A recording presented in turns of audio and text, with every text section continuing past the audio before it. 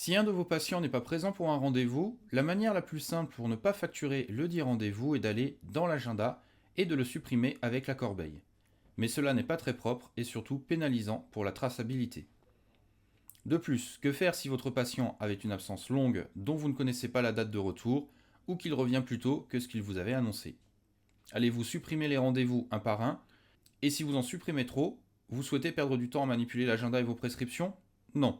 On va utiliser une option très pratique pour vous faciliter la gestion de la présence.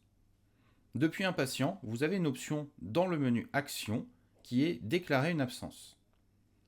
Rien de compliqué, il vous suffit d'indiquer dans un premier temps la date de début d'absence, mais aussi l'heure, important si votre patient était présent lors d'un passage le matin, mais absent à partir de l'après-midi.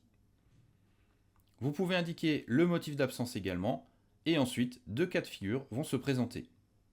Soit vous avez la date de retour et vous pouvez l'indiquer immédiatement en cochant la case puis en renseignant la date et l'heure de retour. Soit vous ne savez pas quand le patient revient. Dans ce cas, enregistrez votre absence puis, lorsqu'il sera de retour, retournez sur sa fiche, dans le menu Action et cliquez sur Finaliser l'absence.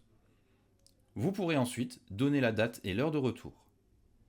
Une dernière chose, sachez qu'un patient absent est représenté dans l'agenda par une valise dans la colonne Info, mais il est possible de filtrer l'affichage à partir du petit entonnoir pour montrer si le patient est là ou non.